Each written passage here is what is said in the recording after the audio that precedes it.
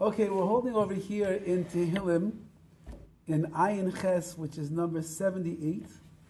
And it's a very long Tehillim. It goes all the way to it's 72 psukim, verses altogether. So I'm skipping now to the end, to verses 70, 71, and 72. And these verses themselves are based on a midrash, or I guess the midrash perhaps is based on these verses as we shall see. The pasuk says like this: "Vayivchar b'Dovid avdai."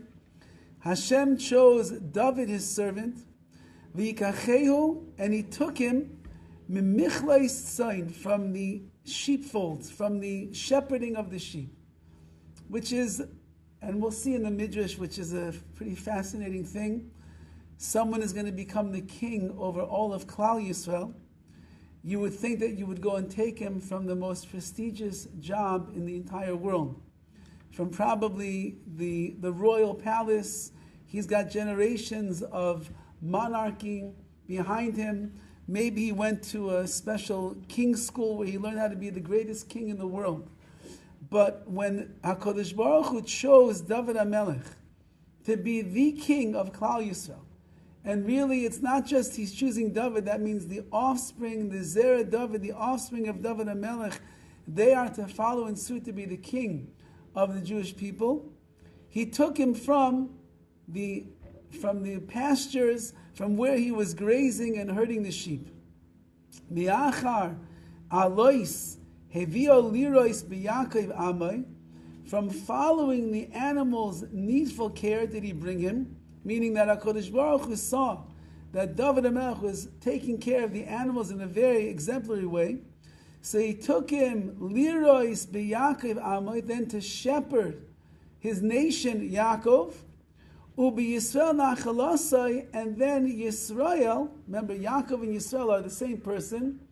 Yaakov is always the lower level of the spiritual, and Yisrael is always the higher level. So he brought him to be the shepherd over Yaakov, and eventually the inheritance of Yisrael, of Klal Yisrael itself, and we'll have to see what that means. And then he writes, V'yirem kesayim levavai. He shepherded the Jewish people according to the Sayim Levava, the purity, the integrity of his heart. Ubisvunois kapav yanchem, and he led them through the discernment of his own hands. So now these verses over here should remind you of a very famous midrash. I'm sure that we've spoken at this midrash in different shiurim over the years, but there's two midrashim in Sefer Shmos, which is speaking about the time when Moshe Rabbeinu was shepherding the sheep of his father-in-law Yisro, and that's when HaKadosh Baruch Hu speaks to Moshe Rabbeinu for the first time, which is similar to what we're saying over here, that David HaMelech is chosen as the king over Klal Yisrael because he's shepherding the sheep in the wilderness over there. So the Mishnah says like this: Badak le Dovid b'tzayin. HaKadosh Baruch Hu, he checked, he tested David HaMelech with sheep. Umatzo roya yaf, and he found that David HaMelech was a very good shepherd. Shenema, like it says in our pasuk over here, Vayikachehu mimichlais tzayin. He took them from the corrals of the sheep. Mahu mimichlas. What does it mean that he took them from these corrals? Says the Gemara, Hayemaynea hagedolim mibnei hakatanim. David HaMelech would hold back the larger sheep from the smaller ones. Vayemaynea katanim liros. So first he would bring out the small sheep to come and graze the pastures. Kedei sheyiro esav arach, because the first grass that's in the pastures is much softer. And so the young sheep have much more delicate teeth. So they can't chomp into very hard grass that is there. So he would hold back the older sheep. He would bring in the young sheep, and they would graze first. The achar, and after that, then he would bring the elderly sheep in. Because they were older. Their teeth were more developed than the younger sheep. Nevertheless, they were not as strong as the as the gesunte, as the healthy sheep, and therefore they also could only handle the middle of the road type of grass that was still soft, but it was harder than the first cut. V'achar, and after that, then he would bring in the young, strong sheep. They could eat the hard grass and grain that was there. So Dovid HaMelech, he did what we would assume a shepherd is supposed to do. If your job is to herd the sheep and you're supposed to make sure that they're getting what they're supposed to get, so then you have to be very careful. So he would divide up the eating in order of which sheep can handle the gentle grass, the harder grass, and the very hard grass. HaKadosh Baruch Hu was very impressed by that. And the Midrash says, Amar HaKadosh Baruch Hu, Misha Yadei Liros Hatzayin, the one that knows how to graze the sheep, each one according to its abilities, which means that Dovid HaMelech was able to see every single sheep for what it was able to handle, how it would be able to eat the grass in the best possible way. Yovai v'yire ba'ami, let him come and pasture or graze and take care and tend to my nation of Yaakov. So since that Dovid HaMelech proved himself to be very understanding of the individual needs of every sheep that was there, and he broke them up into categories and he dealt with them accordingly, says HaKadosh Baruch Hu, then it makes sense that he is the one that's going to be able to lead my people, my nation. Meaning, as the Meforshim explained, Dovid HaMelech had extreme compassion on the sheep, and he acknowledged who was weaker and who was stronger. And he dealt with each of them according to what their weakness or their strengths were. If Dovid HaMelech could have so much Rahmanis, so much mercy and compassion on his sheep, imagine then how much Rahmanis, compassion he's going to have on my nation, on Yaakov, on Klal Yisrael. That's the first part of the Mishnah, of the Midrash, about David. And then it says about Moshe the same thing. V'af Moshe, Hashem tested Moshe also with sheep. How is that? We just had it a couple of weeks ago in the Parsha. Moshe Rabbeinu comes into Midian. He meets Tzipporah, the daughter of Yisro. He becomes married to her, and his father-in-law now is Yisro. And remember, Yisro was not such an amazing person at this time. This was a man that had dabbled in every single type of Avodah Zarah in the entire world. It's like, a young man walking out of Bnei Brak, and he lands a very interesting shidduch. His father-in-law is not religious, and he's actually got a very sordid past him, where everybody knows that this guy was in church last week, and he was in the Hare Krishnas the week before that, and he was by the Buddhas after that. And this guy now, who's going to go on to become the leader of Klal Yisrael, of the generation, that's his father-in-law. But Moshe Rabbeinu did not care who his father-in-law was. He was married his daughter, and he saw milas, he saw good things in his father-in-law. His father-in-law said, Moshe, do me a favor, just to be a shepherd for my sheep. Not a very glorious profession, not a great job, but the Maisa, that's what he asked him to do, and that's what he did. So he's tending to his father-in-law's sheep. Rabbi Seinu. So it says like this: Barach mimenu. I'm sorry. So Rayit Seinu shel Yisov Midbar.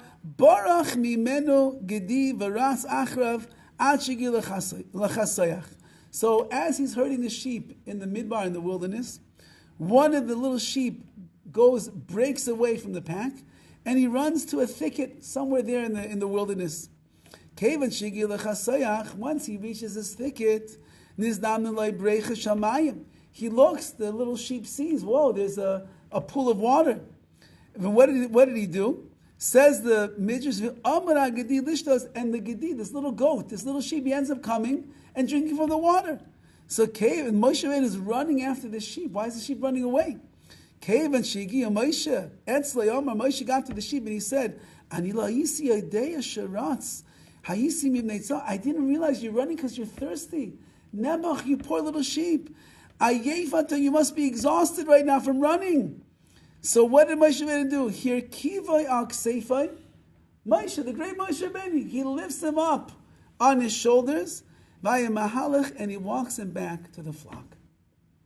Now we just had in this last week's parsha, yesterday, that there is a mitzvah that speaks about if a person steals an animal and he shechs it or he sells it.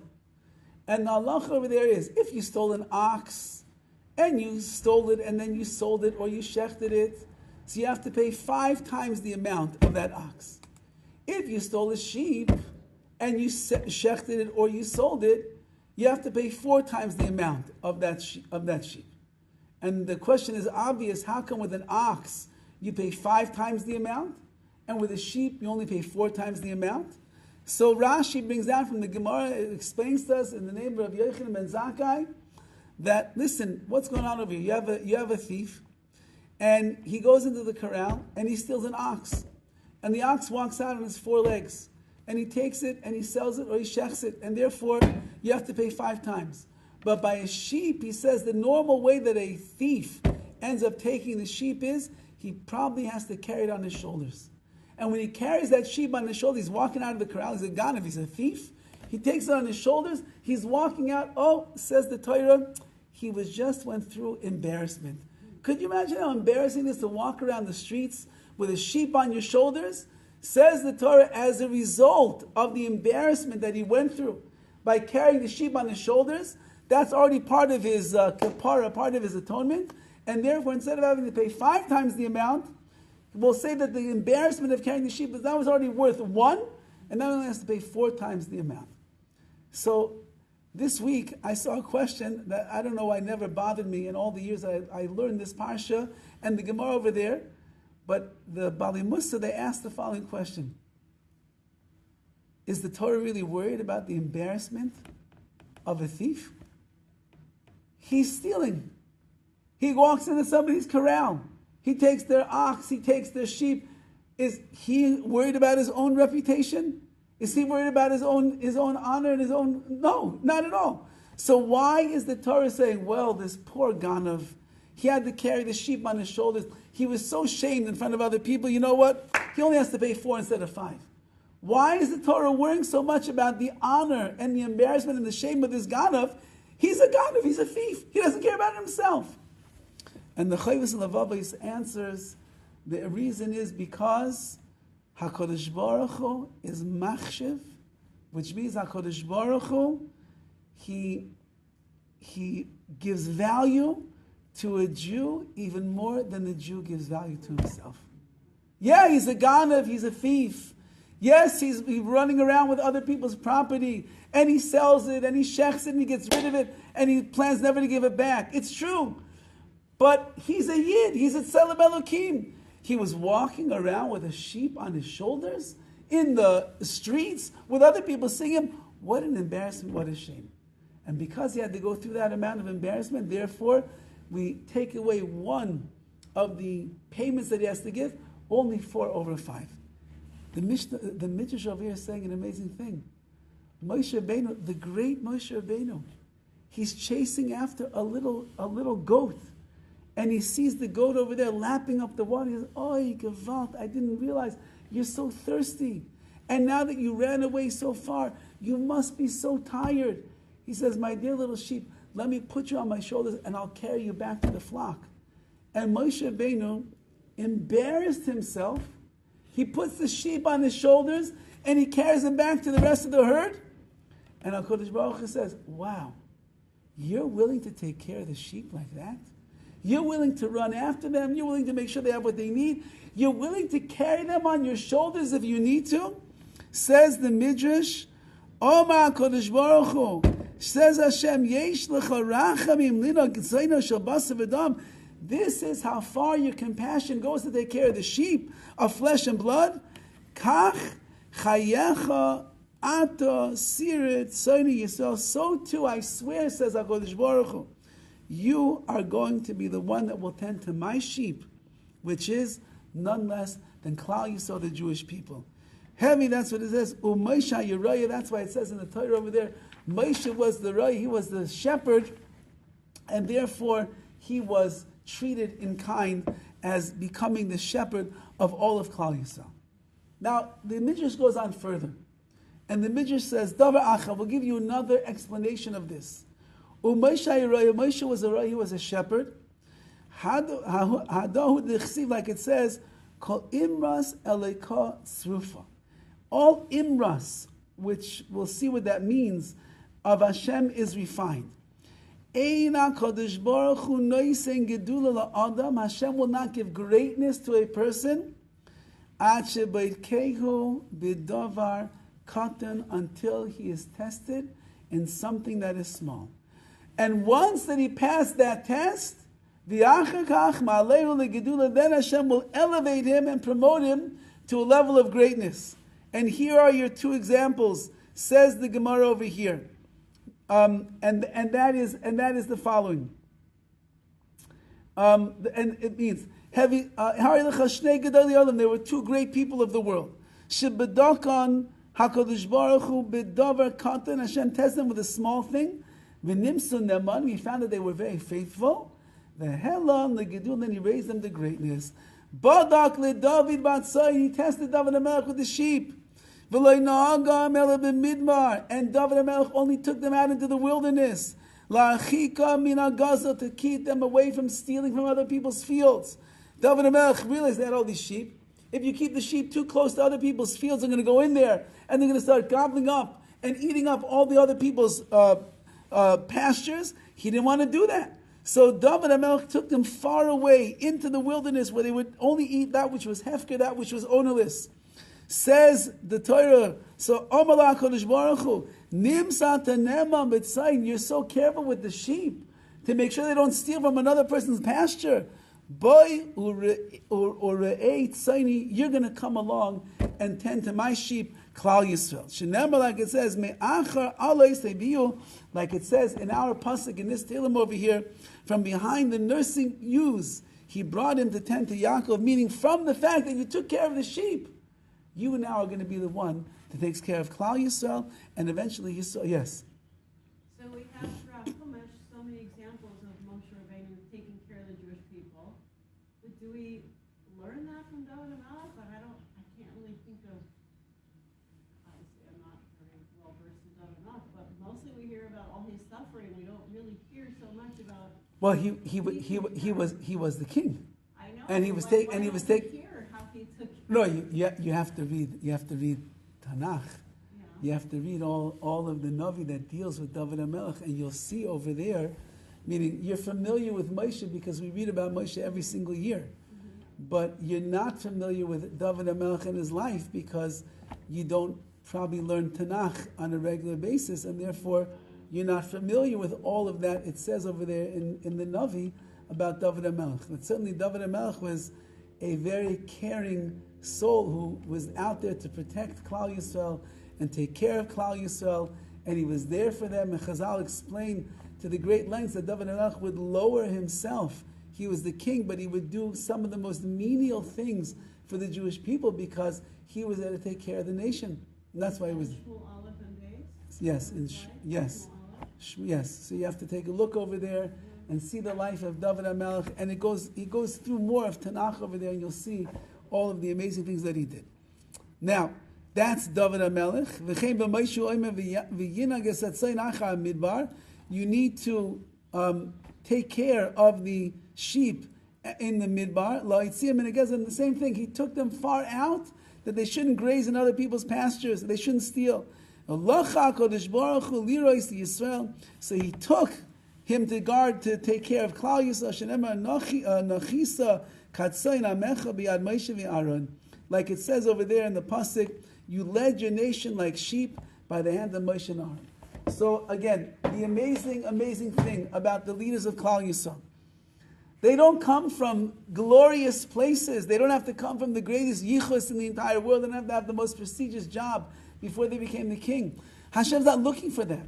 He's looking for someone that he can trust is going to take care of my children and is going to watch out for all of their needs, and he's going to have Rahman, his compassion on them, and he will ensure to the best of his abilities they should have every little thing that they need, that they should be able to succeed and grow in this world and accomplish their mission.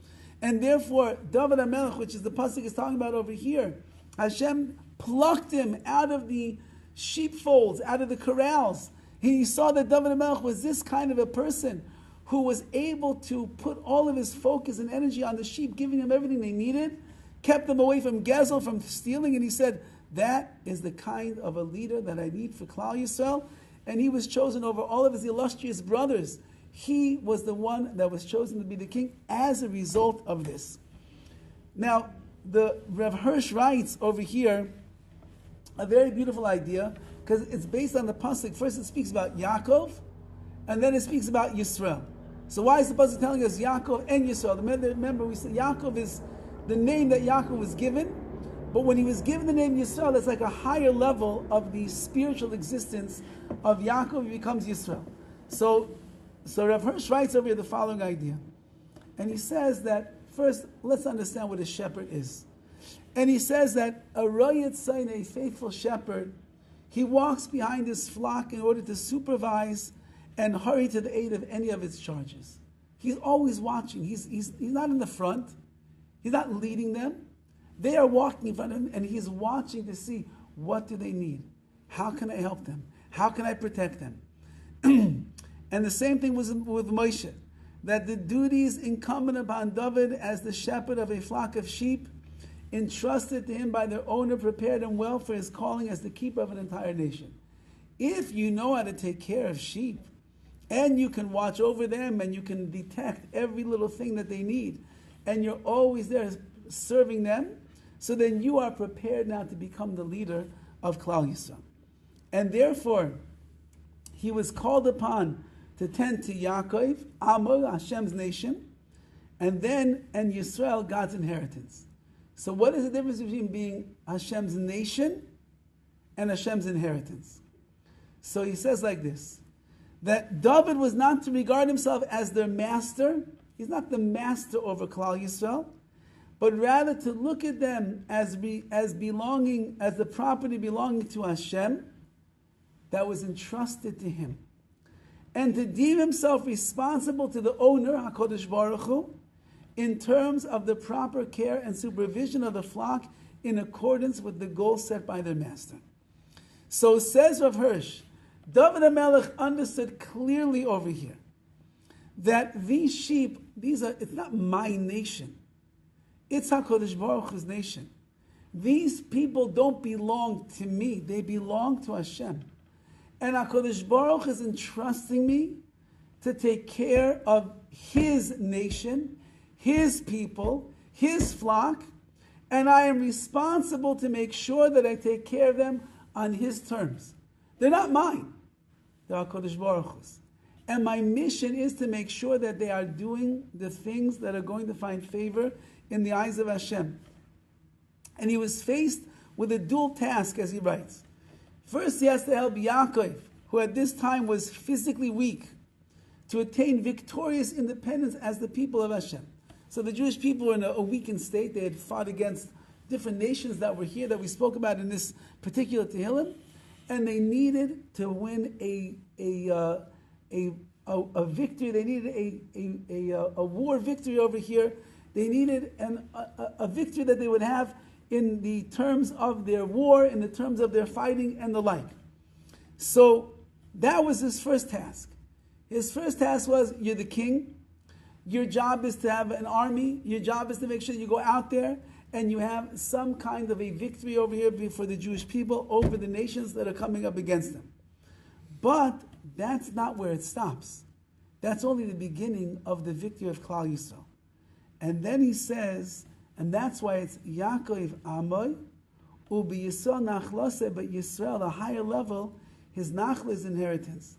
And he writes, he was duty-bound to inspire the children of Israel, that they might fulfill the spiritual mission through which they would become Yisrael. Which means it's not enough to have a military victory. It's not enough just to be a nation that's stronger than the other nations that are around us. It's not enough to go into Eretz Yisrael and combat the enemy and win, and therefore we conquer the land for ourselves. That's only one side of Klal Yisrael's mission in this world. But the main mission is to become Yisrael. And Yisrael is the nation that is going to live a spiritual mission of Torah and of mitzvahs and being close to HaKadosh Baruch Hu and living our lives in an exemplary way and form, who are people that are following in the footsteps of HaKadosh Baruch Hu, emulating the ways of Hashem. Says the pasuk over here, Dovid HaMelech, that's your main charge. Yeah, you have to win the battles and they have to conquer the enemies and they have to conquer the land so that it belongs to them, of course. But if Klal Yisrael will come to Eretz Yisrael and they will push out their enemies and then not live according to the spiritual mission which we are supposed to live, that would be a disgrace for the Jewish people and you would not be doing your job, Dovid. And therefore, he is inspired, he is bound, duty bound, that he has to inspire Klal Yisrael to fulfill that mission. And therefore Yisrael will become the nachlasa, his inheritance, that had fallen to Hashem from among the rest of mankind for the founding of his kingdom on earth. Klal Yisrael is the inheritance of the Rabbi Shalom. The rest of the world is not his inheritance. There's 9 billion people in the world, and there's many, many nations around us. That's all true. But the real nachala, the real inheritance of HaKadosh Baruch Hu, is that which the whole crowning glory of the universe is for, and that is Klal Yisrael. As we know, the Kuzari says, there's different levels of spiritual existence. There's different levels of existence. It starts on the bottom, doimim, that is the inanimate objects, dirt and rocks and the like. Above that comes tsemeach, which is plant life. There's already some life to it. Then you have chayas and babies, you have animals, they already have a nefesh, they already have some kind of an animalistic soul. Then on top of that you have Adam, you have mankind. At the pinnacle of the creation is man. But says the Kuzai, there's one that's above that, and that's Yisrael, Klal Yisrael. Klal Yisrael is above, it's the highest level in the apex of creation. The highest level of everything is Klal Yisrael. And therefore we're the nachla, we are the inheritance of HaKadosh Baruch Hu. And as a result of that, we are separate from everyone. And if you're going to be the leader, like Dovid HaMelech, that means you must recognize what is the mission of this nation that you are taking part of. And therefore, the Hashem's kingdom over the earth, over the universe, is built upon the recognition and worship of Hashem as proclaimed from amidst Klal Yisrael. The more that Klal Yisrael is serving the Rabbi Shalom, the more that we are his emissaries in this world, the more that we are doing what HaKadosh Baruch Hu wants us to do, so then HaKadosh Baruch Hu's name is glorious here in this world. David's mission was, yes, I know you have Rahmanis, I know you take care of the sheep, I know you know how to make sure the ones that have to eat with the soft teeth and the hard teeth, I know you take care of all that. And you'll make sure there's no gezel, there's no stealing, you'll make sure all of that. But I need to make sure that in everything you do for my nation, that the ikr, the main thing is, elevate them to the place where they're going to be the greatest spiritual nation possible, because that's my nachlosa, that is my inheritance here in this world, unlike any other nation that there is. And Dovid HaMelech passed his test. He was given the charge of Klal Yisrael, and he led them courageously in a very dignified and spiritual manner. The Chazal tell us that Dovid HaMelech, he was the epitome of Torah. That was what his whole life was all about. He learned and he learned and he learned and he learned and he learned and he taught and he taught and he taught and he taught. He would wake up in the morning, the Midrash tells us, he had so much to accomplish every single day, but he was so in love with Torah, so in love with ruchnius and spirituality, his legs were like, just had a mind of their own, and they would carry him to the Beis Midrash, to the yeshiva, to the study hall to go and learn. And that was the way in which he led the Jewish people. We're not a nation like any other. Yeah, now today the Jewish people, they have all the democracy and they have all the armies and they have the most cutting edge, scientific advances in the entire world. That's not who Klal Yisrael is. It happens to be the fact that we are Klal Yisrael and we are on an elevated level in this world. That's why we're able to produce things that the rest of the world cannot produce. But that's not our pride and joy. Our pride and joy is we have HaKadosh Baruch Hu, and we have the Torah, and we are supposed to live. And maybe perhaps that's why he was tested in the Gezel, in the stealing that he saw, that he's not going to let the sheep go and steal from other people's pastures and other people's fields.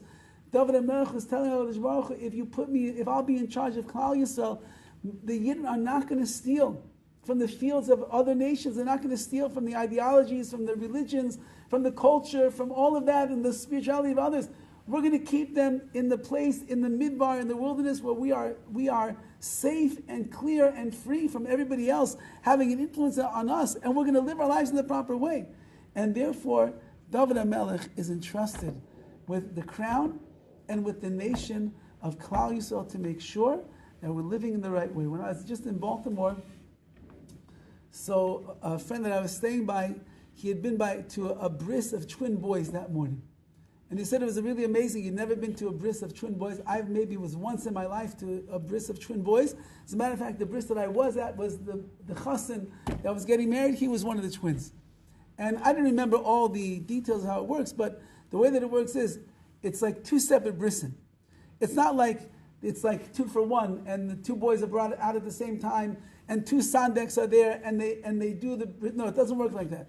They do the first one with all the brachas and everything, and then they take that child out of the room, and there's like, clearly it's a pause in between the 2 bris milas, and then they bring in the second baby, and the sandek, and they end up doing new brachas and a new bris milah, and it's fine. And it's brought down sometimes that even between the 2 things, they make a l'chaim in between to show that it's 2 separate things. And I remembered, it's so funny because I remembered by that bris, it must be 23 years ago, whatever it was, of these twin boys, I remember that the moil took a shot of schnapps in between the first, and I'm thinking to myself, see, I have to judge people favorably.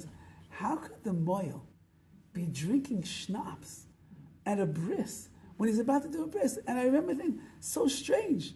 But now I realize he was doing what it says in halacha, what's brought down in minhag, make a l'chaim, so it's separating between the bris. But one of the reasons that we separate between the 2 bris of the first boy and the second boy, and we take the other one out until we start, is because Rav Yosef Chaim Zannenfeld, who was the Rav of Yerushalayim in the early 1900s, so one of the Rabbanim that was there said over that he said we do it in order not to cause any pain to the first child. Why? The first child just had a bris milah. Why is he going to have any more pain? Because when one baby hears another baby cry, that other baby starts crying as well because of the pain that it feels for the crying that is coming from the other one. So instead of having the second bris right away after the first one, we take the other baby out, and now he doesn't hear the cries of his brother, and therefore he's not going to cry any extra.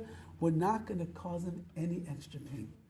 This is like it's saying over here in this midrash, HaKadosh Baruch Hu checks the great people in the small things, and when he sees that they are compassionate and understanding in the small things, then he can give them gedula and he can give them greatness.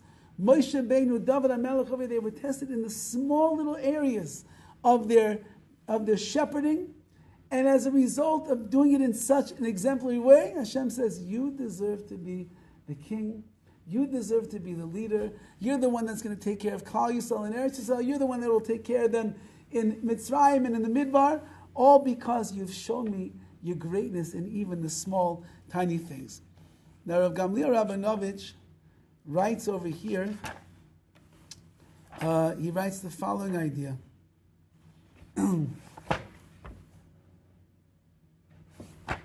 He says like this.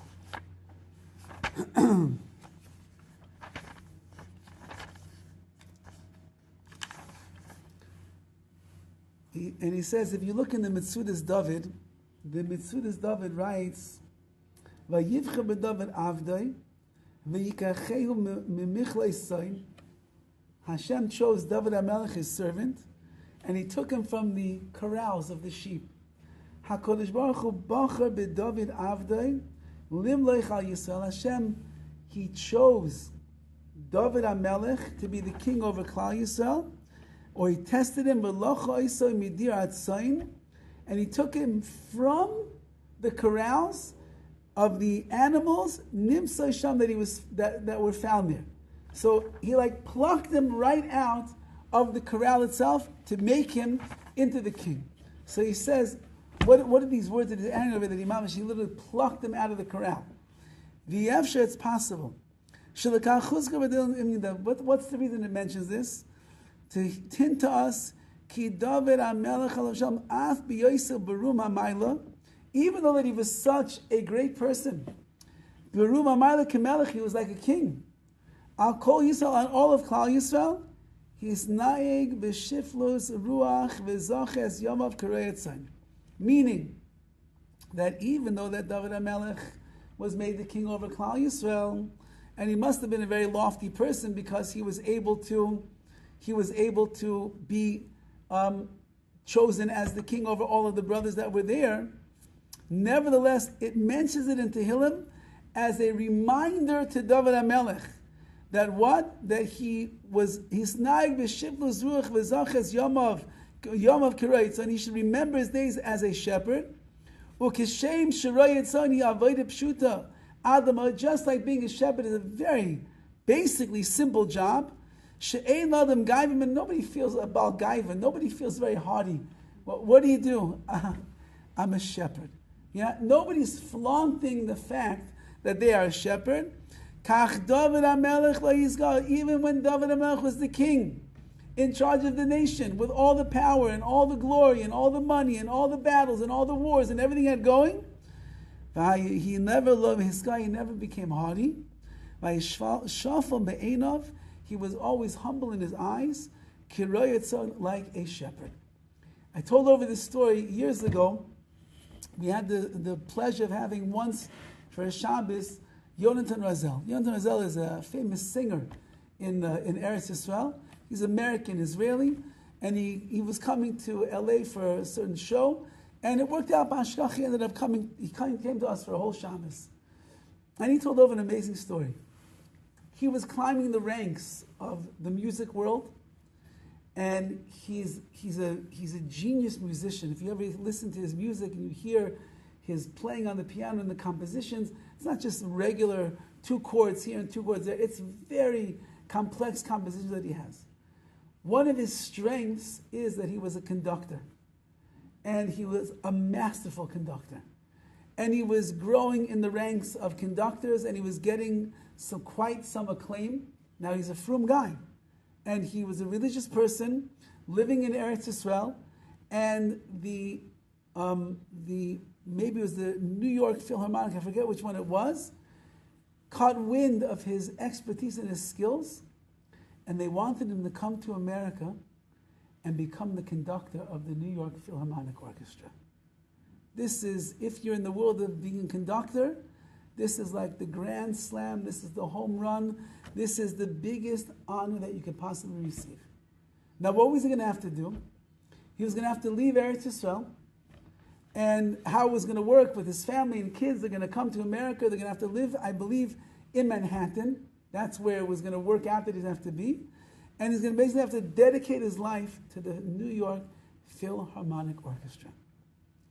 And he was very flattered by the job, and he was very, very close to taking the job, because he said that at that time his ego was inflating so big to get such an offer, to be a religious Jew coming from Israel, and you're going to become the conductor of New York. It was beyond what his wildest dreams were. Right before he was about to accept the offer, he was this close, he said.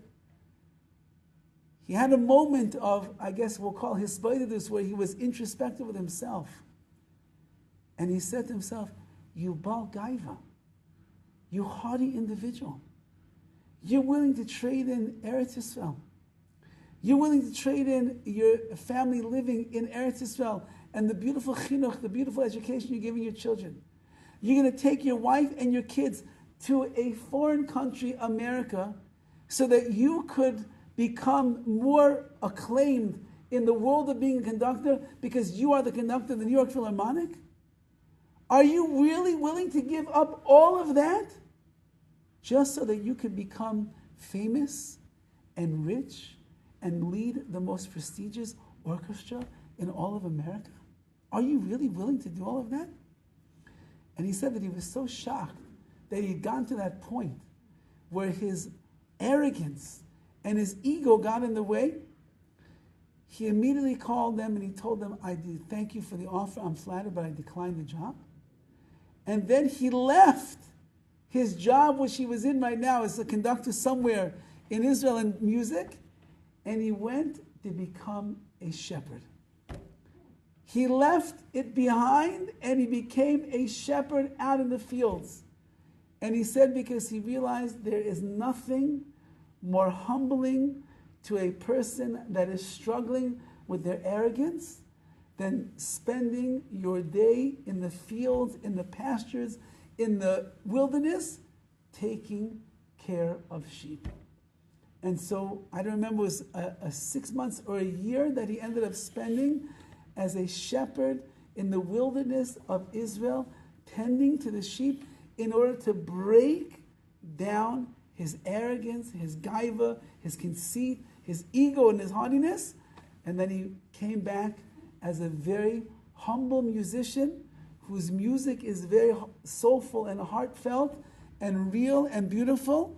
And his whatever success that he has in the music industry only comes on the heels of his humility that he exhibited at that moment in his life where he could have gone on to become a very famous, world-famous conductor, but he gave it all up because he realized Hashem has a much greater mission in this world, and that's to be a Yid. Not to be an arrogant conductor with a little stick in your hand that everyone's going to sing, ooh, New York Philharmonic. No, that's not my job. My job is, like it says, that Dovid HaMelech was commanded over here. And that is, it's not enough just to win the battles of Yaakov, of Ammai, of my nation, but rather you must be Yisol Nachlosai. You must make sure that you carry the Jewish people to the right place in Ruchnius and spirituality. That is what the real leader is going to do. And how do you make sure that they achieve that? They're not your people. They're not your nation. They're not your flock. They're mine, says Hashem. They're mine, and mine have to live to a very high level of existence. They have a great mission and a task that they were brought into this world to do. Unlike any other nation, they're my nachlasa. They're my inheritance. The rest of the Chinese and the Indians and the Palestinians and everybody else, they're not my nachlasa. They're not my inheritance. They're not the ones that what is an inheritance? Inheritance means you take from the one that's above you and you take their whatever resources they're leaving over to you, whatever they're inheriting over to you, and you continue to live the legacy according to what you received from the one before you. Nachlasa of Klal Yisrael means we take from HaKadosh Baruch Hu everything that He's given to us, and then we're going to make it a legacy here in our lives, in this world, for our nation, for all of eternity. That means the Torah that HaKadosh Baruch Hu has imparted to Klal Yisrael, the mitzvahs, the midas, the Yiras Shamayim, the being close to Hashem, the Tzelem Elokim, we take that becomes ours. It's now the inheritance that we receive, and we live, HaKadosh Baruch Hu lives through, He lives on through Klal Yisrael. And therefore, you want to be a leader, says HaKadosh Baruch Hu, I see you have everything it takes to be. But don't forget what is the ikar, the most important thing. They're my nation, they're my inheritance, they have to live according to my rules and my laws. It's not about your ego, it's not about what you accomplish, it's not about how great you are. It's about how much you're able to make sure that Klal Yisrael remains the Am HaNivcher, the chosen nation, a godly nation that is going to be a L'Shem U'Siferes, a great name and glory to Hashem. And that's what we're learning here in this Tehillim, that our mission is to stay humble, our mission is to have Rahmanis on other people, and in the schus of those kind of things where we get tested in the small things, that's where our godless, our greatness is going to come from. And don't forget, the real reason that we are here is to help other Yidden, other Jews in Klal Yisrael, that they should recognize what their mission is, what they can do, what they could accomplish. And in that zechus, in Yetz Hashem, HaKadosh Baruch Hu, Dovid Melech Yisrael, he was the one that is going to be part and parcel of the coming of Mashiach, Tzidkenu B'mheira V'yameinu. Thank you. You're welcome. Thank you. You're welcome. You're welcome. Thank you. Thank you so much. Have a great day, everyone. Shavua Tov.